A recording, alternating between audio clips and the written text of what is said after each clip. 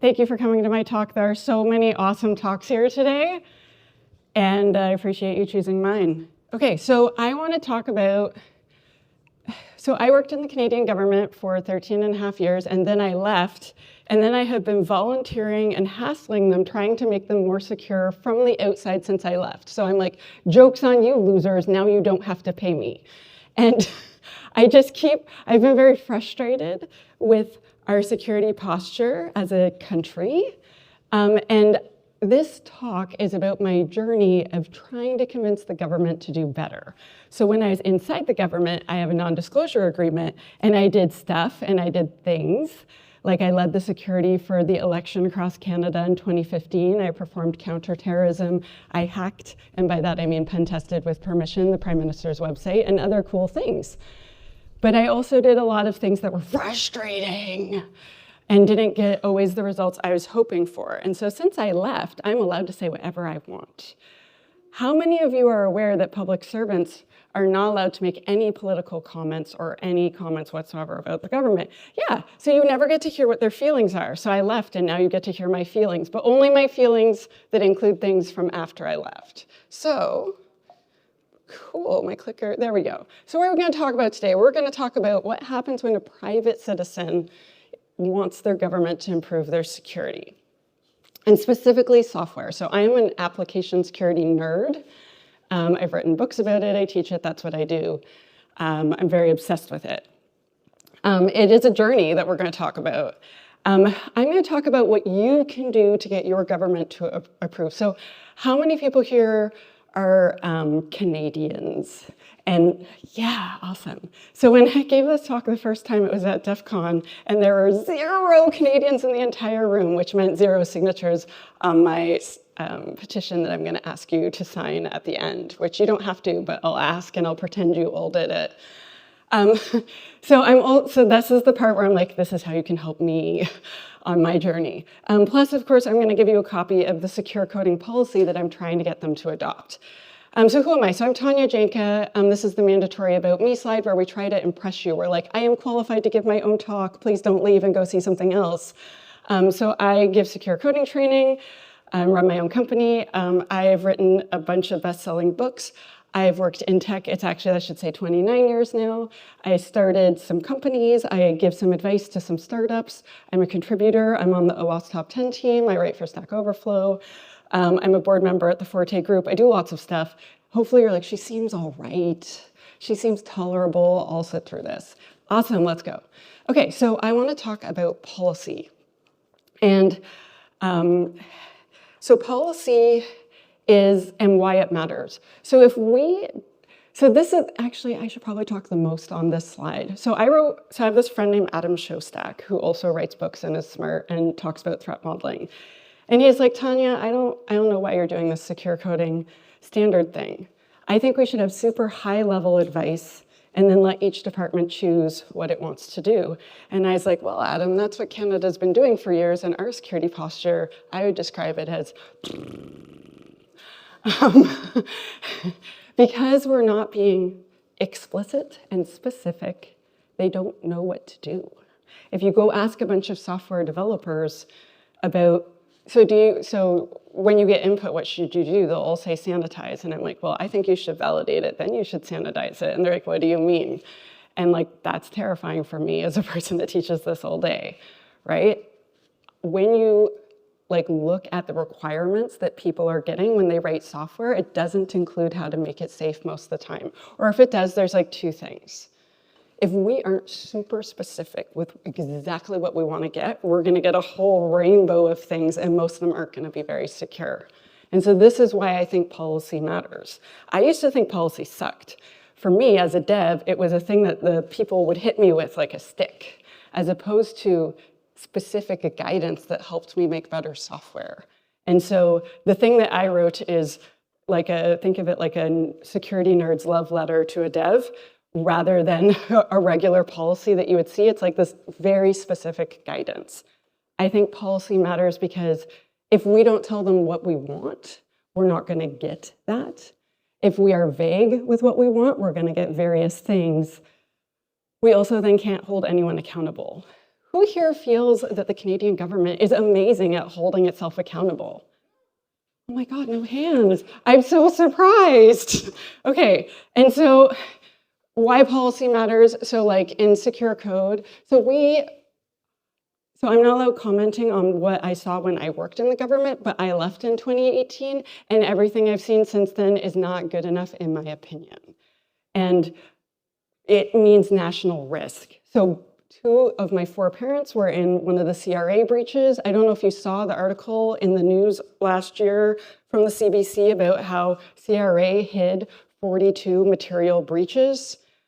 A material breach is really bad. The fact that they've had more than 1 material breach is terrifying. The fact that they hid 42 of them. How many more are there? Secure code protects our democracy, our privacy, our public safety.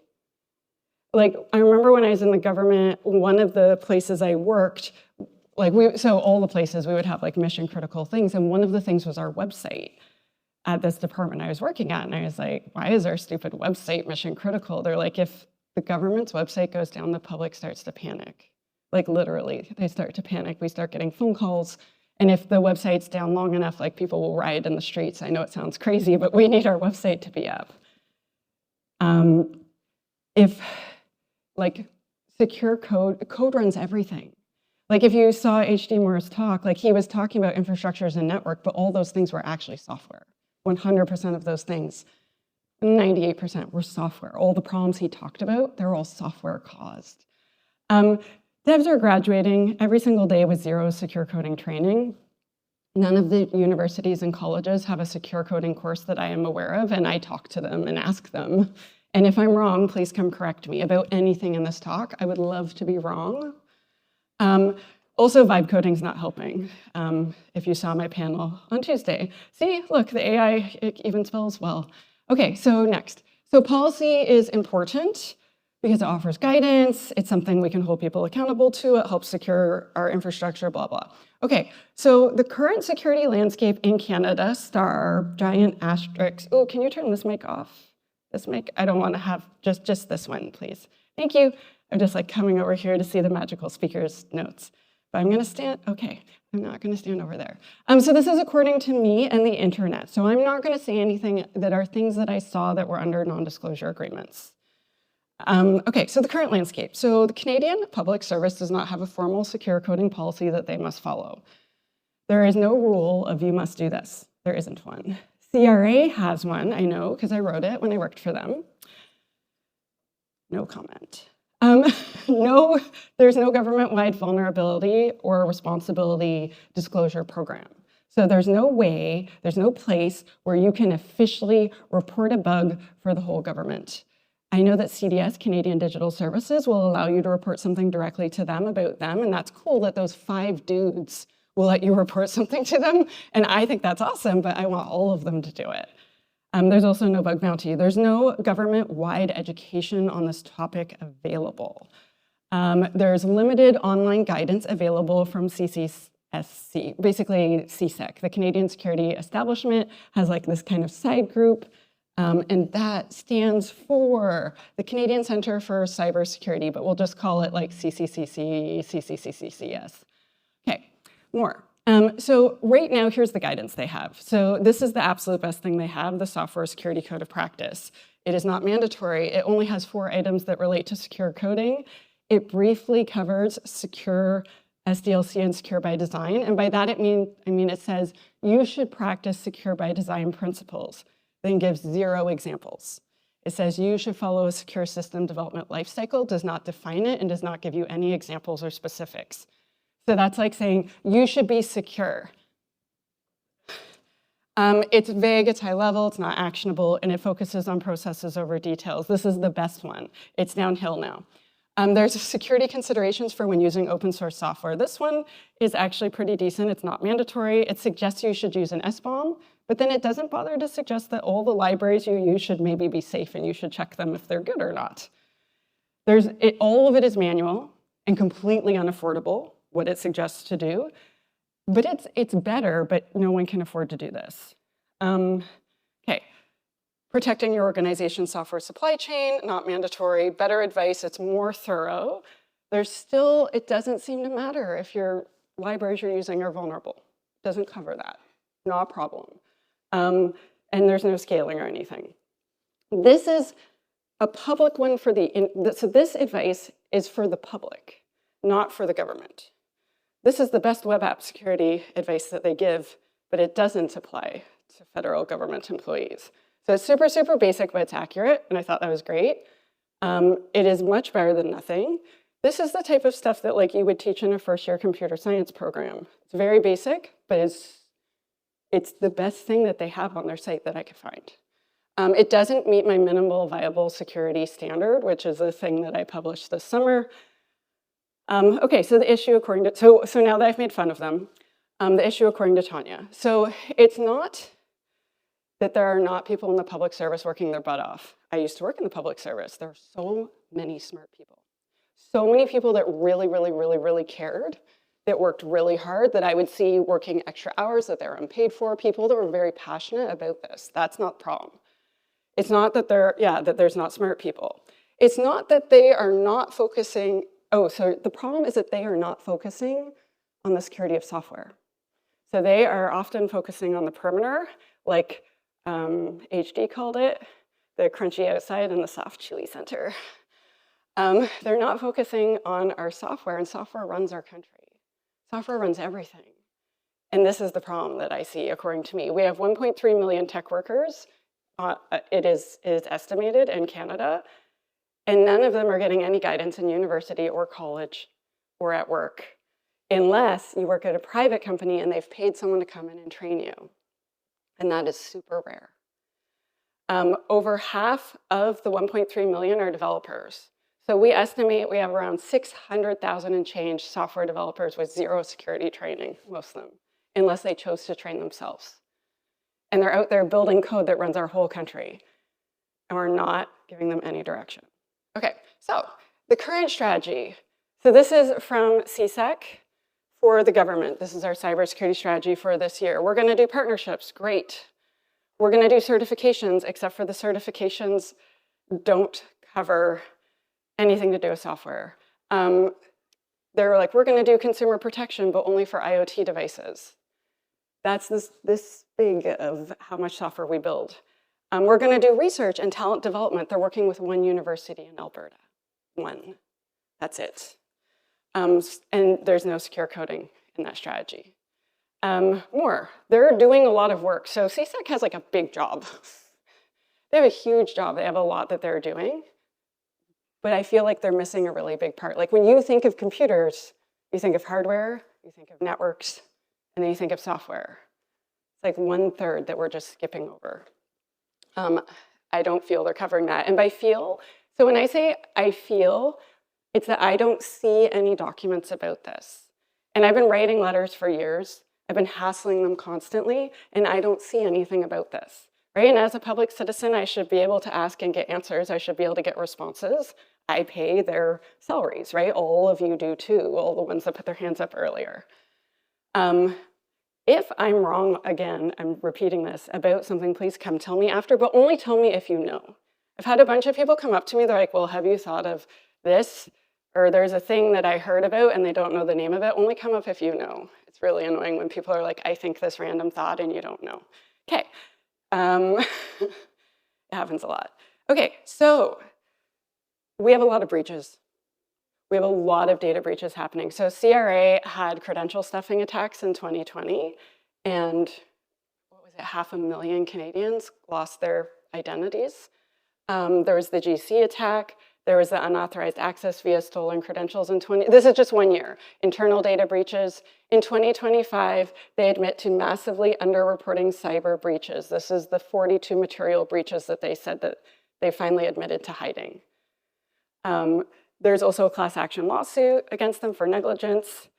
They lost 2 of my parents' identities. When you sign into the CRA, so who here has read the terms of service and is that type of nerd when you sign in? Okay, so I'm that type of nerd. So you know that when you use CRA's services, you agree that they're completely not liable if they like lose all your data on the internet because the internet's not safe, and wait for it. They're taking every reasonable precaution to secure your data, except for all the basics. Like, I'm like, what is that thing in the URL address? Because it certainly looks like my session ID. Why does the cookie not have any security settings? Why do you have no security headers? And that's just like browser view source, right? That is not hacking. I've broken 0 laws. Their terms of service are bad, and I don't like it.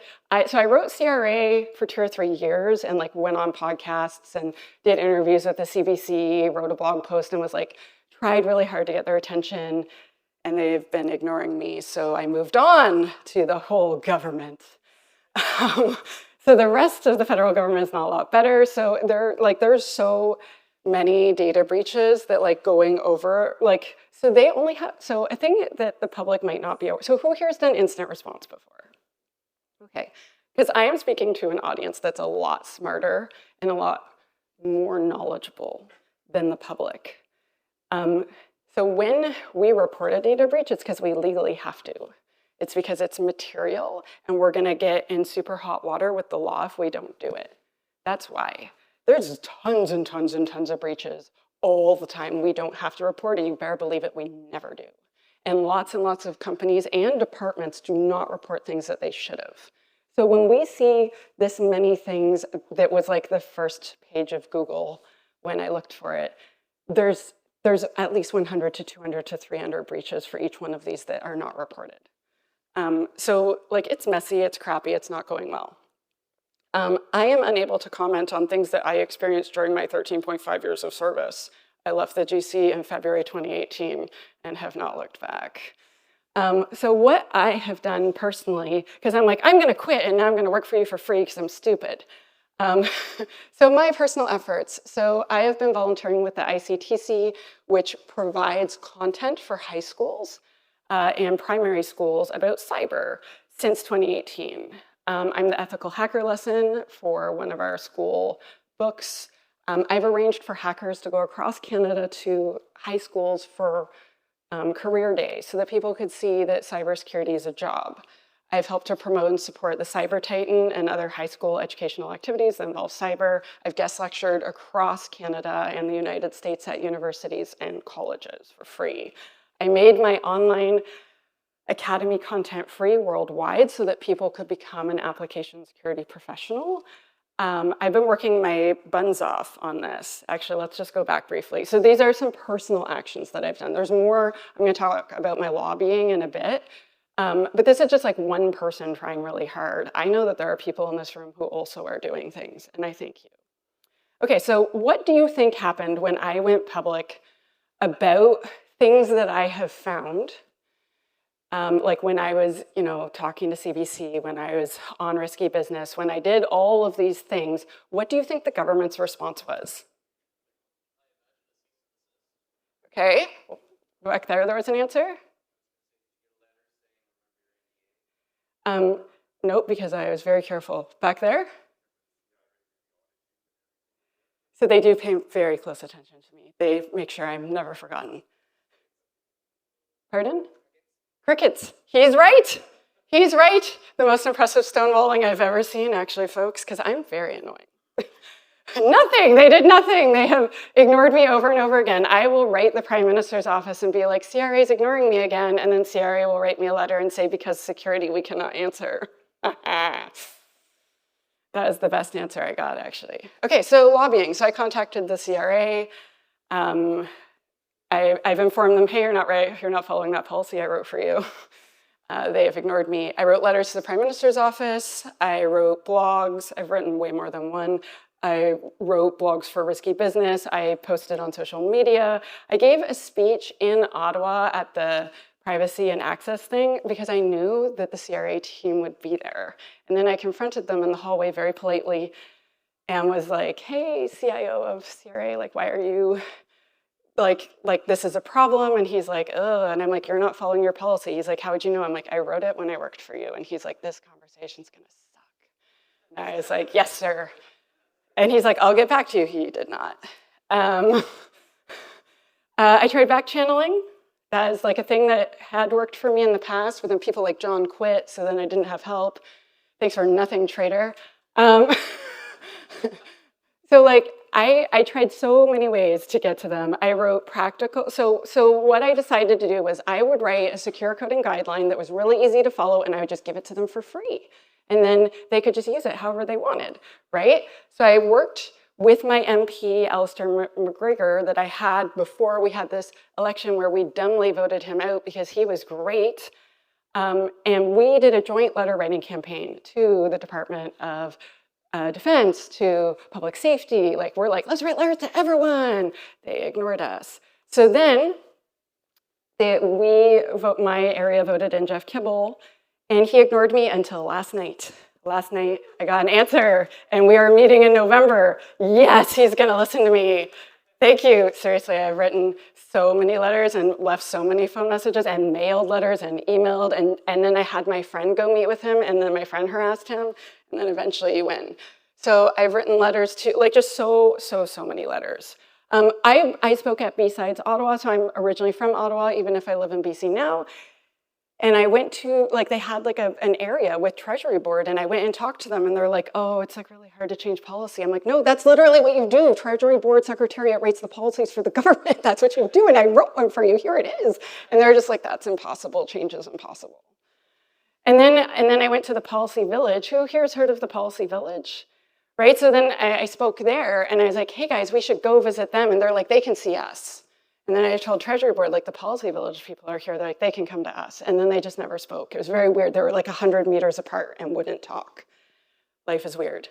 Okay, so I spoke about it at DEF CON this summer. I wrote more letters to more people because I'm just like, oh, I like writing letters. This is a picture of me pretending I'm happy sending letters.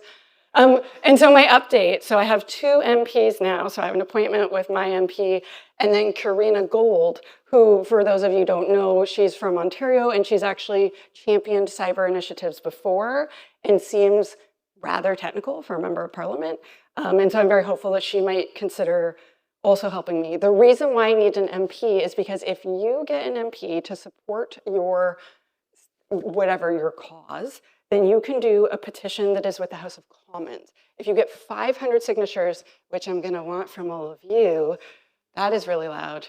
I'm going to then be allowed to address the parliament. And then they have to listen literally. They literally have to, that's the law. So yeah, things are starting to happen. So the policy, dun, dun, dun. So this one, I believe is this one the gated one? Okay, so this one, just a second. Okay, so this one is gated, the next one's not gated. So it is 9 pages of actionable advice with 54 things that I want people to do to create more secure software. If you create software that does these 54 things, you will probably pass your pen test. Sometimes people still, they think they did the thing, they did it wrong. But if you do these things, it's gonna be pretty good. It's agnostic. It doesn't matter which language you write in, which framework you use. It doesn't matter if you're building a web app, like, well, a lot of it is webby. Actually, a lot of it is webby. But if you're doing a non-web app, like if you're doing like embedded systems, most of it still applies and is helpful. The QR code and the link. Yeah, so this is like the public one where I gate it and you have to go to my newsletter or whatever, but I'm gonna give you one that isn't that, where it just directly downloads the file to your computer. So in a second. So what can you do? You can help. So you can contact your officials. It doesn't matter what country you live in. So for anyone that didn't put up their hand, you can still help. Come on in, there's lots of seats. You can call your MP and you can say, I think Canada's software is not very secure, and I heard there's this person doing this thing, and I want you to support this thing. Most of the MPs, they're not following up on this because they just don't understand it's an issue. If all of us are silent, they think it's fine. You can use my policy as a template to suggest change where you work. Right? So if you work somewhere, please use the policy. I made it so people will use it. I want the whole world to be more secure, not just Canada. I have a template letter that you could use to contact the government. So you can literally just like change your name and then just mail it. You can push for educational reform. So I think it is completely unacceptable that universities and colleges are not teaching security. Just imagine for a minute, electricians going to electrician school, and they're like, we're just not gonna cover any safety. Houses are just gonna burn down on the regular. People are just gonna lose their retirement savings and their identities online, et cetera, because it's too expensive to hire a person that knows what they're doing. Because they're trying to hire, so when universities and colleges approach people like us in this room, if you don't have a PhD, you're not on the tenured track, they offer you less than minimum wage to come work for them as they measure their profits in millions or even hundreds of millions, depending upon which university you're talking to. It's offensive. It's not acceptable. Why are we giving them public funding when they're not doing their jobs? I have strong feels. I taught my first book online for free because I was like, well, Carlton, if you're going to offer me $3,000 to work for you for 16 weeks, and then you think you're going to own my IP after, I'm just going to teach it for free to thousands of people, which you can get on my YouTube. And I'm going to do my next book starting very soon. We should apply pressure. Show them we care. Use social media, write letters. I really want you to. Okay, so help me petition. So this is the letter. So this is a template letter that you can use. That is the policy where it'll just download the Word file directly to your computer. There's no gate. And then there's the petition. I'd really like you to help me by signing my petition. So I think I have, between the two MPs, like literally this happened last night and the night before that they finally answered me. So once I have my House of Commons petition, I will contact everyone that has signed this petition to sign it. I need 500 signatures in 90 days or I don't get it. And then I'll cry for real. So please, please, please consider helping me. Okay, so if you're a Canadian, please sign my petition. I felt like that part was really obvious. Okay, so next. Does anyone want me to go back to the previous slide? I'll just go back to the previous slide till everyone's cameras are down. I want the world to be a more secure place, right? That's why people like me do the things that we do. That's why we write books. We do not do it for the $20,000 we make over the 4 or 5 years that it's in print. We do it because we really, really want it to exist. And so please help me, because I can't do it without all of you. Okay, I feel like there's still phones and I don't want to progress. And anyway, we still have 17 minutes left. Okay, now the phones are down. Thank you. And also, these are going to be on the very last slide too, now that I think of it. Okay, so this is the guideline that's like pretty with pictures and stuff. So if you were going to give it to a dev, you might want to give them this version. It's like lighter and more like a thing that you would print out and put at your desk. If you are using AI, you could use this to create prompts, to have it check your code to make more secure software. If you are like a dev manager or you work in application security, you could make it the policy where you work. I would love for you to adopt my work at your work.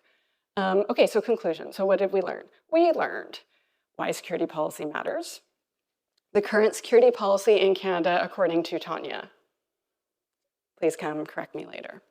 How I think we're not doing a good enough job, what I have personally done to help, what you can do to help, and then a free copy of the policy and the templates. So I have some resources for you, so we want the phones out again. So I wrote books. I am biased. Me and my mom think they're pretty good. You don't have to get one, but if you write code, you want the yellow one, and if you build security programs, you want the purple one. And yes, Alice and Bob are characters throughout the book, and they do silly things. And okay, up next, we have my newsletter, which is free. So every month I give away things like this policy. I think this month I gave away a Vue.js thing. I do memes. I tell you where I'm gonna be. I write articles. I'm silly.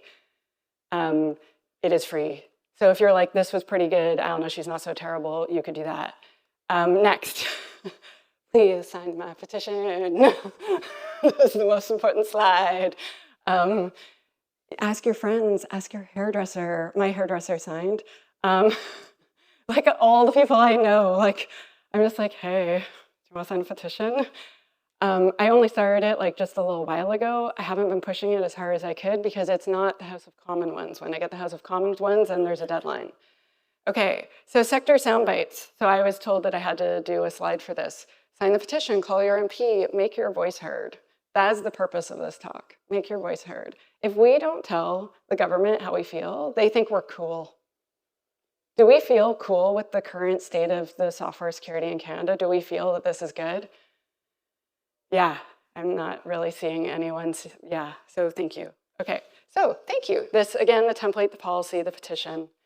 Does anyone have any questions for me? Because we actually have 10 minutes left. Also, thank you. I'm supposed to thank you. Thank you. Thank you very much. Thank you. And then Yes, to the mic, please. Good job. I so remembered to ask you that. My question's around, have you seen equivalent policies from other countries that you've based this off of, or is Canada are you trying to lead the charge here? I am trying to lead the charge here. So the United States has the CISA group or department or whatever you would call it, and they do have some guidance, and then they also have NIST.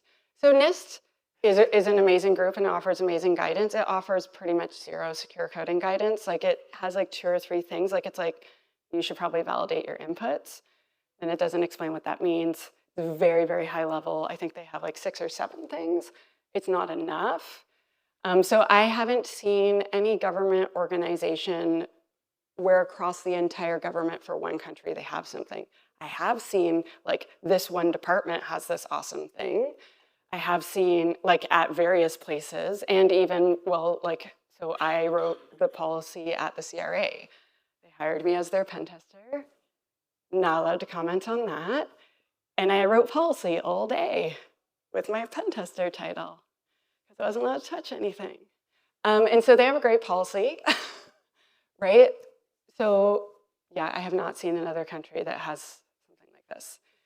But I am speaking right now to the province of British Columbia, to a bunch of their B CISOs, they call them, where basically, so like each different department has different CISOs or whatever, and so some of the B CISOs are adopting it at their departments, which is cool. And so I'm hoping to just like slowly infect Canada and see where else I could get.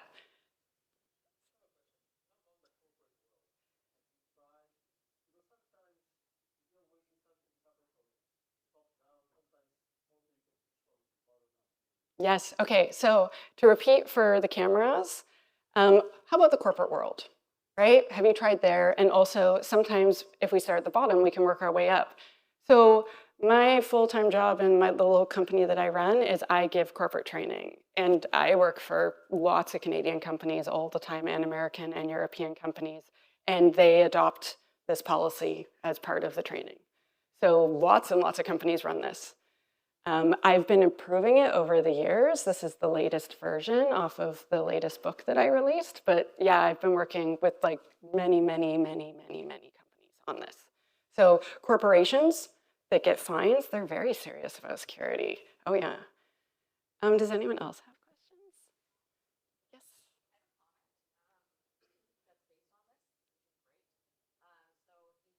Can you make it into that? I'm sorry, I'm just like, I'm gonna repeat it and then I'm gonna slaughter it. She spoke earlier this week and was great, in case you missed it. Hello, ex-public safety, and I just wanted to say that right now the Government of Canada is actually collecting information or any type of recommendations from the public about their AI strategy for the next couple years. They unfortunately only have it open for like a month. So if you try and find that, they will actually take all of the letters. They usually hire a consulting company to review it, but there is someone that will be reviewing every single letter, and then all of that gets mapped out to whatever direction that they want to take. Usually they'll set out pillars. So this is actually a perfect opportunity to talk about this petition and talk about secure coding as well, especially as we're moving towards AI and this whole strategy for the government.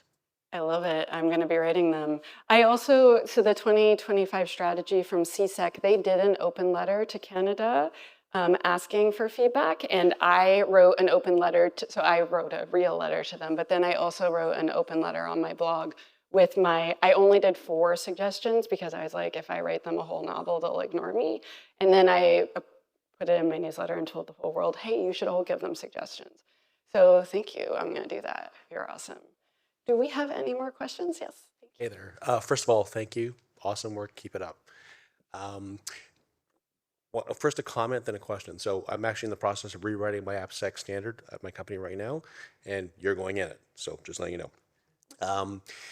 2, question for you around policy okay, so there's words, policy, you know, when you work with GRC groups and companies, policies, standards, and procedures are very specific things and they're weird.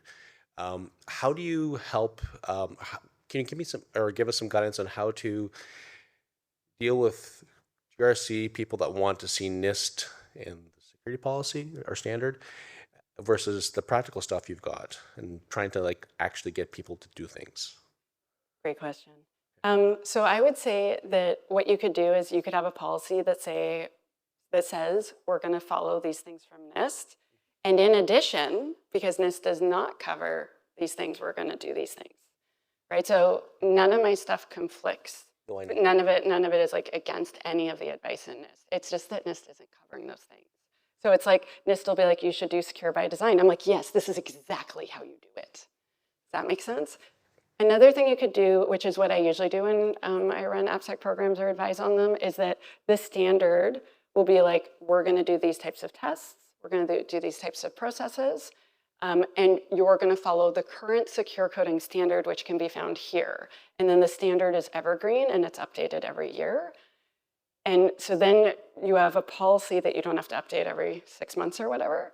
And then you have this standard that you all agree on. And then ideally, if you can like, lots of time, the standard would actually be available in kind of like a wiki format where each thing you could click, and then the devs are able to add like reusable code templates and articles and all sorts of other things for every single item. So it's as easy as possible to implement it. So they can just like copy and paste. Thank you. Thank you. There's a question at the back. Thank you. That was an awesome question. I appreciate all of you. Hi.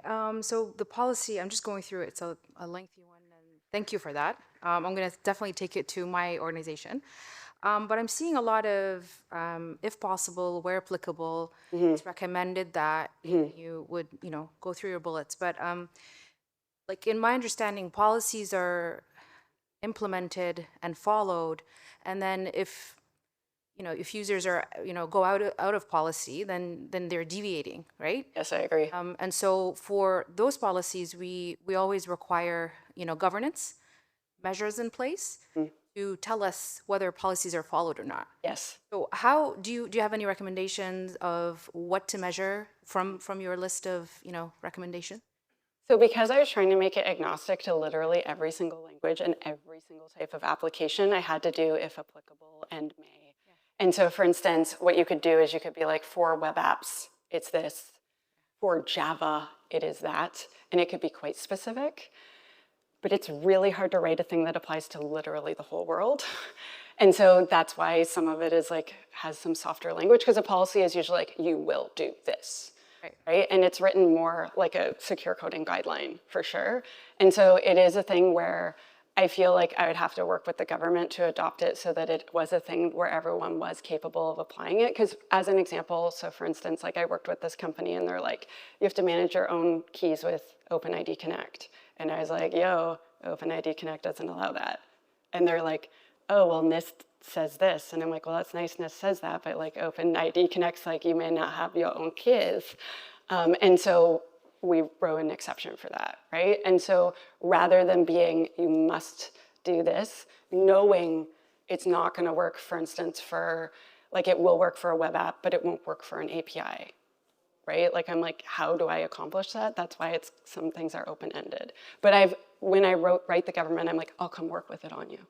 Like I will come help. Thank you. Thank you, but that's a really good point. I appreciate it.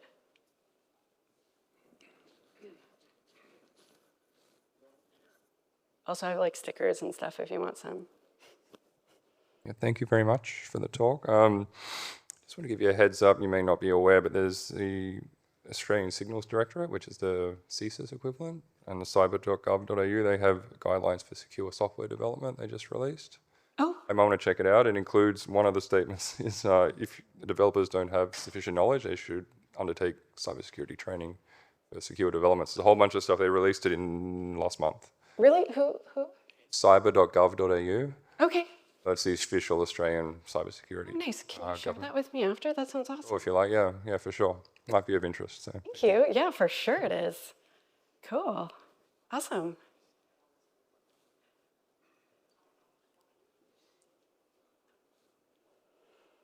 I'm going to ask, I've been on the contracting companies providing software and programs to the government side. What's your impression of the quality of work being done by these externally sourced contracted parties versus more in-house work? Okay, so when I worked in the government, I found it very frustrating because we would hire contractors and they wouldn't have to follow any of the IT security policies. They wouldn't have to like write the architecture documents. They wouldn't have to do all these things. And then the bosses would be like, yeah, well, we would give the project to your team, but your team always takes so long. And I'm like, then I became the consultant and I was like, oh my God, I'm so free. This is the best. But recently, so I've been giving secure coding training since like 2020 maybe. And it used to always be I was hired only to train employees, but recently consulting companies are hiring me because companies hiring the consultants are saying they must have had training this year. And if they haven't had training, they're not allowed to work on our systems. And that's very new. And then so for a consulting company to have their whole team take a day of work that's unbillable to do training is like a big expense and a big deal. And they're only doing it because it's in the contract. And so lots of AppSec programs are now demanding that because they're like, we're seeing consultants write code that's not as safe as the employees, but then they're specifically in the government, they're not allowed to give training to consultants. And I'm like, well, what if they just sat in and I didn't notice and you didn't notice? I'm fine with that.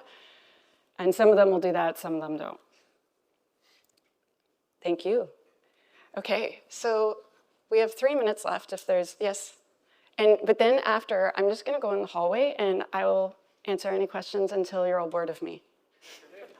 Thanks for the presentation. I have a question that was one of your slides about the credential stuffing. So how can secure coding help minimize credential stuffing? Okay, awesome. Okay, so for those that don't know, credential stuffing is when bad guys buy lots of credentials, so username, password combos, that are stolen, breached, whatever, and then they try them in a script against a site until eventually they get in. So how can it help? A million ways. So you can add rate limiting. So like as someone is trying to log in, first of all, we're doing logging and monitoring and alerting. So if someone tries to log in and they get it wrong 10 times, you can come back later. If someone does it 100 times, you cannot come back, right? You can do a SHA-1 hash of that password attempt. You can send it to a place like haveibeenpwned.com and say like, this is the username and this is like the last half of the SHA-1 whatever. Has this been in a breach? And it's like, yeah, okay, well, no. There's all sorts of things that you can do to check to see if you are currently having a credential stuffing attack happen against you. Yeah. We could talk more about it later and be real nerds if you want. That was a great question.